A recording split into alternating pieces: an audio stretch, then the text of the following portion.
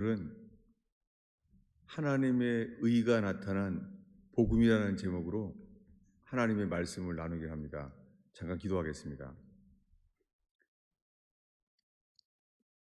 예수님, 저희가 하나님 말씀을 나누고자 합니다.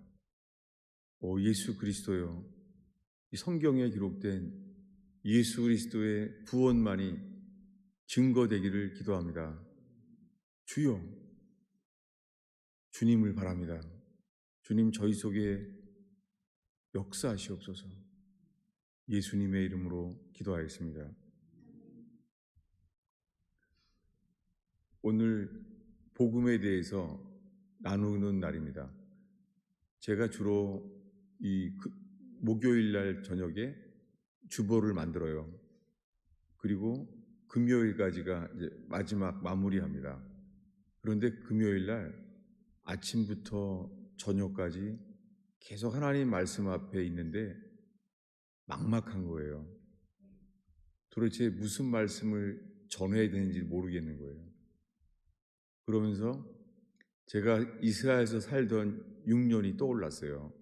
제가 이스라엘에서 많은 사람들과의 관계가 깨졌어요. 누군가 두 사람의 그런 거짓말로 인해서 모든 사람들이 저를 외면했어요. 그래서 그것이 실제로 제 삶의 광야가 됐어요.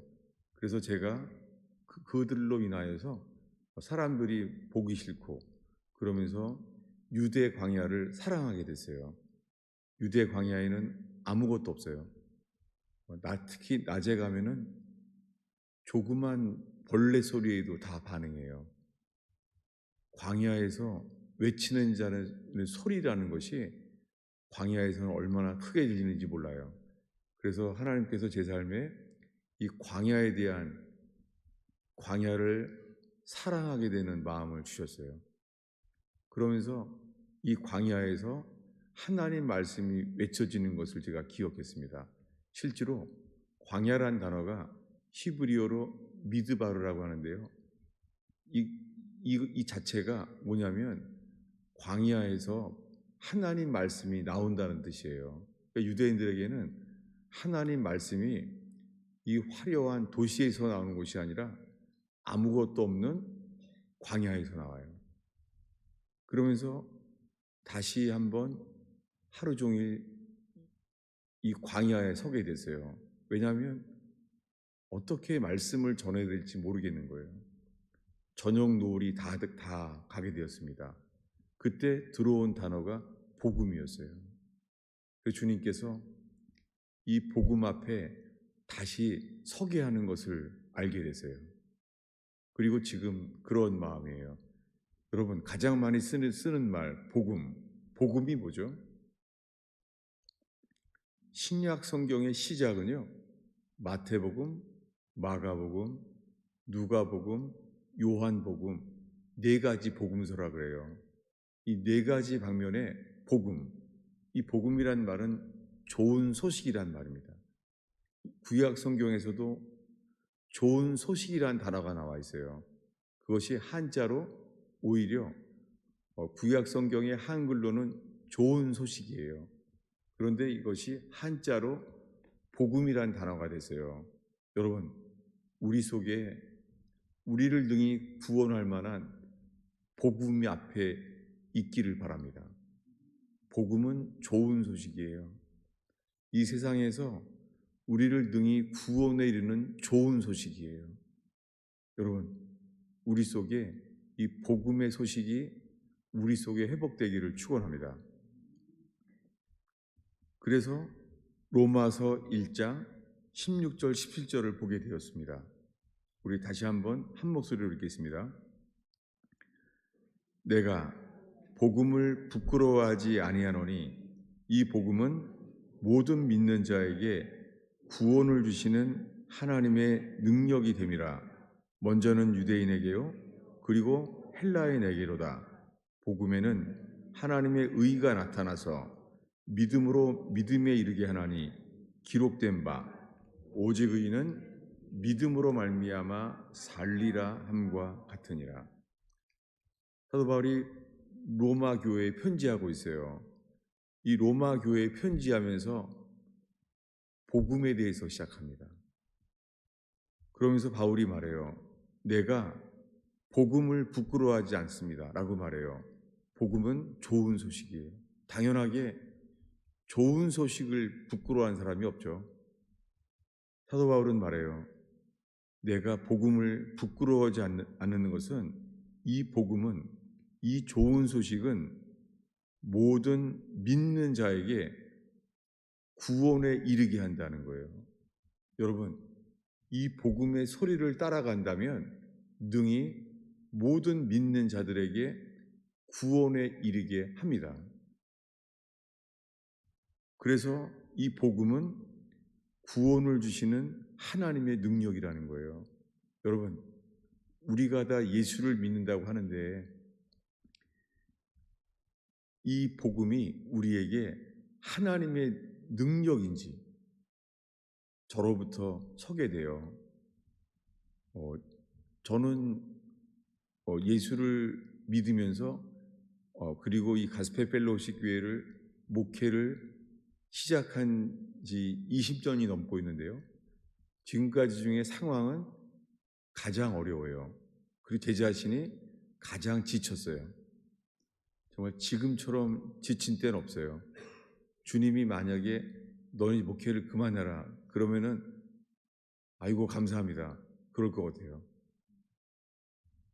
그러면서 주님 앞에 모든 것을 주님이 저는 청직이고 저희는 종이고 주님만 바라고 있어요. 그리고 놀랍게 복음은 우리가 죽을 때까지 전해야 될 좋은 소식입니다. 그리고 이것을 위하여 주님께서 지금까지 오래 참고 기다리시며 기회를 주고 있습니다. 이 복음이 무엇입니까? 이 복음은 능력인데요. 유대인에게도 헬라인에게도 말하자면 모든 사람에게 복음은 능력입니다. 그리고 이렇게 말합니다. 복음에는 하나님의 의가 나타났다는 거예요. 여러분, 이 복음, 이 좋은 소식에는 하나님의 의가 나타나 있어요. 이것을 처음에 말씀하신 분은 예수님 자신입니다. 마가복음 1장 15절에 예수님이 이렇게 말씀했어요. 때가 찼고 하나님 나라가 가까웠으니 하나님의 복음을 믿으라. 앞에 빼먹었어요. 또 회개하라 라는 말을 빼먹었어요. 마가복음 1장 15절에 예수님이 친히 말해요. 때가 찼고 하나님의 나라가 가까웠으니 repent, 회개하라. 그리고 복음을 믿으라 라고 말해요. 예수님이 우리에게 말하는 거예요. 회개하라. 그리고 복음을 믿으라는 거예요. 좋은 소식을 믿으라는 거예요. 예수님 말씀하신 이 좋은 소식이 무엇입니까? 사도 바울은 예수님을 믿고 사도로 부름받았어요. 자기가 스스로 정한 것이 아니라 주님이 사도라고 불렀어요. 사도가 무엇입니까? 사도는 보내심을 받은 사람이에요. 사도 바울은 알았어요. 자기가 복음을 전하도록 보내심을 받았습니다. 근데 복음을 맡겼는데요. 그의 삶은 성공과 행복 그런 게 아니었습니다. 그는 오히려 복음을 전하기 위해서 그의 인생은 고난 자체였습니다. 유대인들에게 죽임을 당하게 될 위험이 있고 복음을 전하기 위해서 세상 사람들에게 많은 고통을 받았습니다. 그런데 그는 그런 어려움 속에서도 그에게 맡겨진 사명, 사도의 직분을 자랑하였고 그는 기쁘게 여겼습니다. 그에게는 생명보다 그 사명이, 이 복음을 전해야 될 사명이 더 중요했습니다. 여러분, 우리 삶 속에 우리에게 맡겨진 복음, 이 복음이 우리의 삶의 행복보다, 성공보다 더 중요한 삶이 되기를 축원합니다. 왜냐하면 우리가 죽음이 다가온다면 우리의 성공과 행복은요, 아무것도 남지 않아요. 죽음 앞에서는 아무것도 남지 않아요. 썩어질 것, 사라질 것밖에 없어요. 그러나 주님이 복음은 영원한 것이라고 말합니다. 사도 베드로는 평생에 전한 게 이 복음이었습니다. 여러분, 우리들도 이 땅에서 복음을 전하는 삶이 가장 귀한 것입니다. 여러분, 괴롭고 슬퍼도 복음을 전하는 저와 여러분 되기를 축원합니다. 사도 바울은 이렇게 말하는 거예요. 내가 복음을 부끄러워하지 않는다는 거예요. 그리고 이 복음은 믿는 자들에게 하나님의 능력이 된다는 거예요. 그러면서 이 복음에는 뭐가 나타났다고요? 이 복음에는 하나님의 의가 나타났다는 거예요. 오늘 우리에게 하나님의 의가 어떻게 나타났죠? 그 의가 나타났을 때 사람들의 반응은 이렇대요. 믿음으로 믿음에 이르게 한다는 거예요. 이 의가 나타난 곳은 십자가입니다. 근데 그 십자가는 억울한 일이었어요. 예수님은 죄가 전혀 없으신 분이에요. 빌라도도 말했고 주님은 당연하게 하나님의 아들이신데 그분은 하나님을 순종한 것밖에 없습니다. 하나님의 아들 예수 그리스도는 하나님의 모든 말씀을 지켰고 하나님을 순종했잖아요. 그런데 그분이 골고다 언덕에서 죄가 없으신 분인데 죄인으로 십자가에 죽었습니다. 예수님이 십자가에 죽는 순간에 하늘이 캄캄해졌어요. 왜냐하면 하나님의 진노가 예수님에게 임했어요. 죄인인 우리에게 임해야 될 진노가 예수 그리스도의 십자가에 임한 거예요. 예수님은 3년 동안 하나님을 자기 아버지라고 불렀어요. 이것이 제사장들에게, 바리새인들에게 죽어야 될 이유였어요. 참남죄라는 거예요. 감히 하나님을 늘 아버지라고 불렀다는 것이죠. 왜냐하면 예수님은 하나님의 아들이니까 당연하게 하나님을 아버지라고 불렀죠. 그것이 죽은 이유였습니다. 늘 아버지라고 불렀던 그분이요, 십자가에서 하나님의 진노가 임했을 때 예수님이 처음으로 아버지라고 부르지 못해요. 하나님의 진노가 그 머리에 임했을 때예요, 하늘이 캄캄해졌어요. 하나님의 진노가 임하는 순간, 그때 예수님이 말합니다. 엘리 엘리 라마 사박다니. 뭐냐면 나의 하나님, 나의 아버지라고 못 불러요. 하나님의 진노 때문에 아버지라고 못 부르는 거예요. 그래서 그는 말합니다. 나의 하나님, 나의 하나님, 어찌하여 나를 버리셨나이까?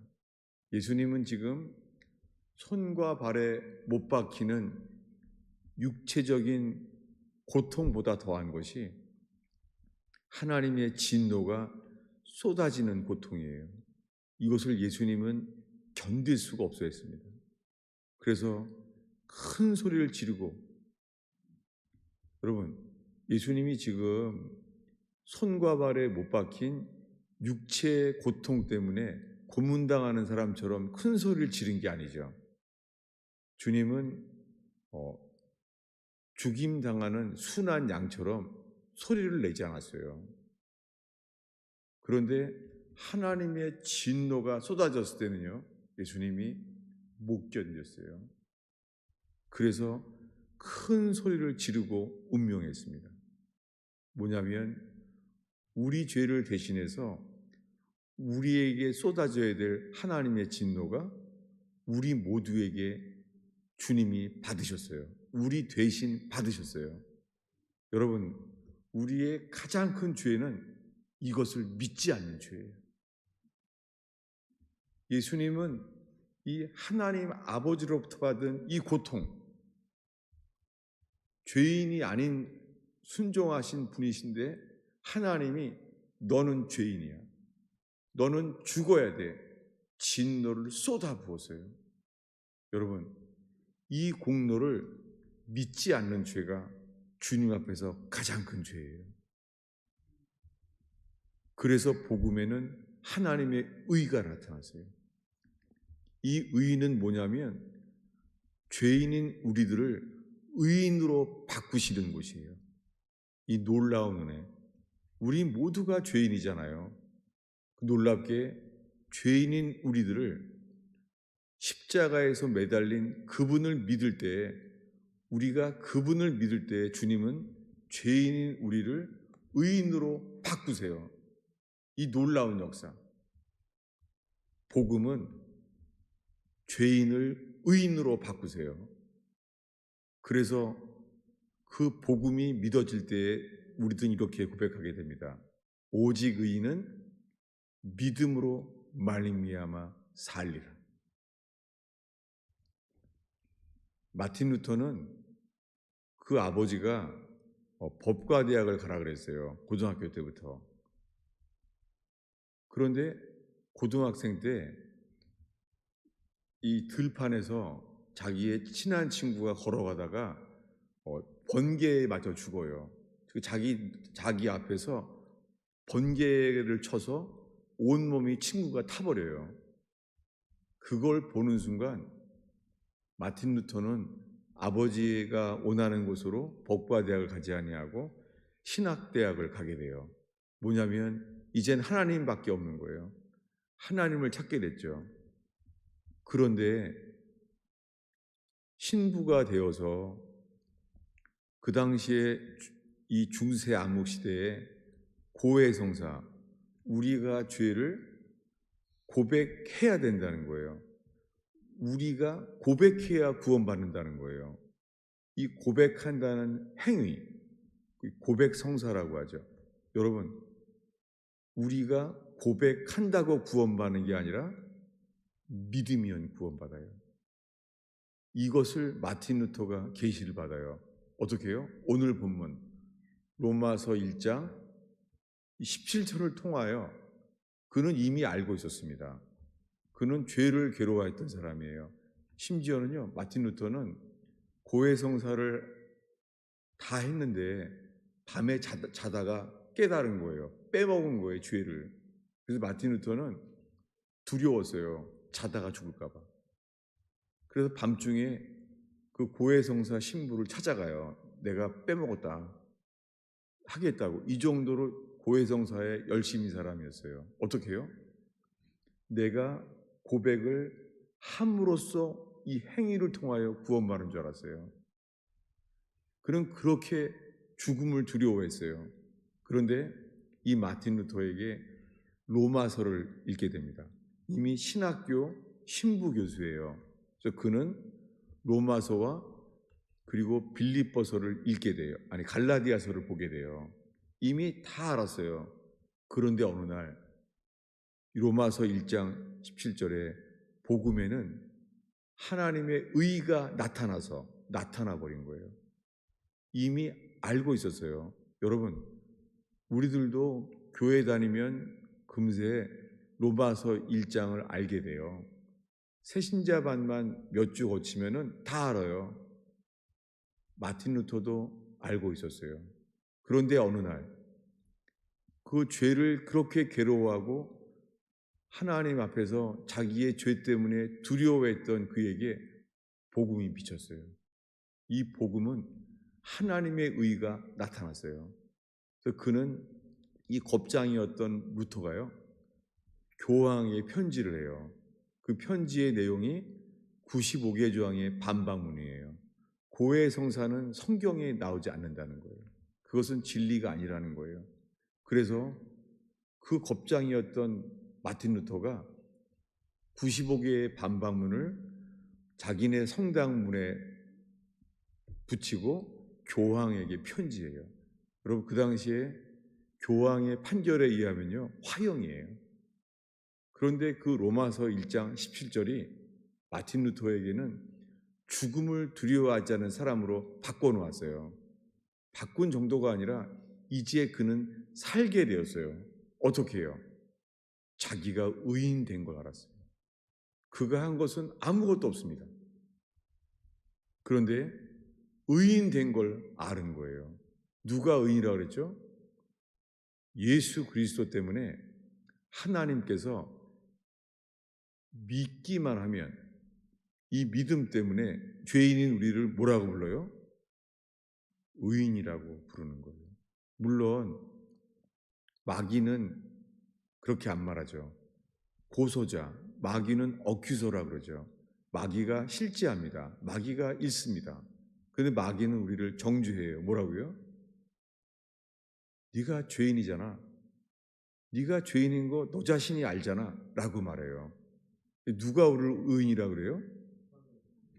하나님의 선언이에요. 이럴 때 가장 큰 죄는 뭐예요? 하나님이 의인이라고 말하는 것을 믿지 않는 죄가 제일 큽니다. 저희 교인 중에 아주 어처구니 없는 일이 있었어요. 뭐냐면 교통 티켓을 딴 거예요. 차를 속도를 오버했죠. 그래서 티켓을 받게 됐어요. 그때 너무 떨려서 막 울게 됐어요. 그랬더니 경찰이 말해줬어요.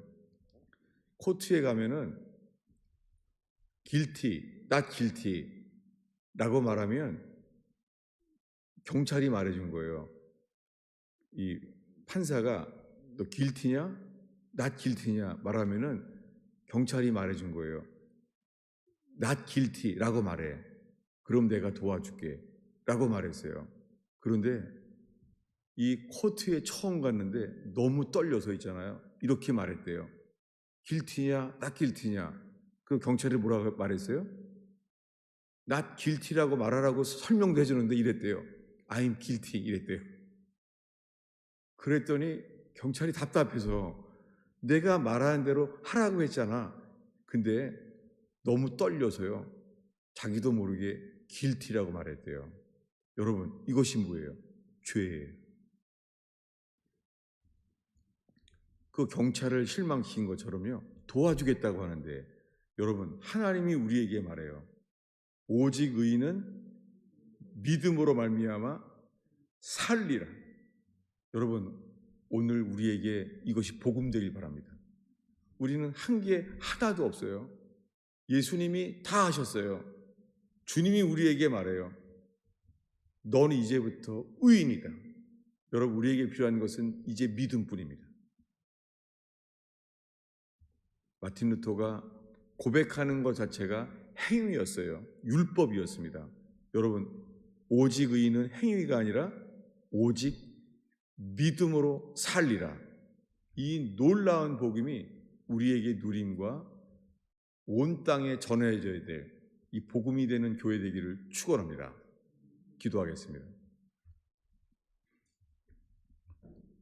예수님, 십자가에 못 박힌 예수님이 우리에게 빛이시고 진리이시고 우리에게 구원의 능력이심을 찬양합니다.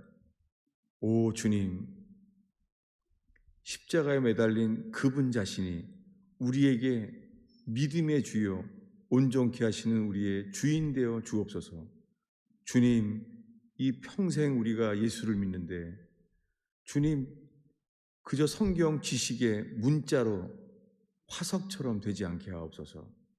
주님, 어린아이처럼 십자가의 주님 말을 바라봄으로 말미암아 오 주님, 저희 속에 꽃이 피어나는 것처럼 주여 믿음의 의가 자라게 하옵소서. 주님, 믿음의 의가 열매 맺게 하옵소서. 주님, 예수님이 주인 되는 역사가 십자가에서 일어나게 하옵소서. 주님, 부족한 자가 이렇게 복음을 설명했습니다. 주님, 저희 속에 저희를 긍휼히 여겨 주셔서 복음의 광채가 비추어 주옵소서. 예수님의 이름으로 기도하였습니다.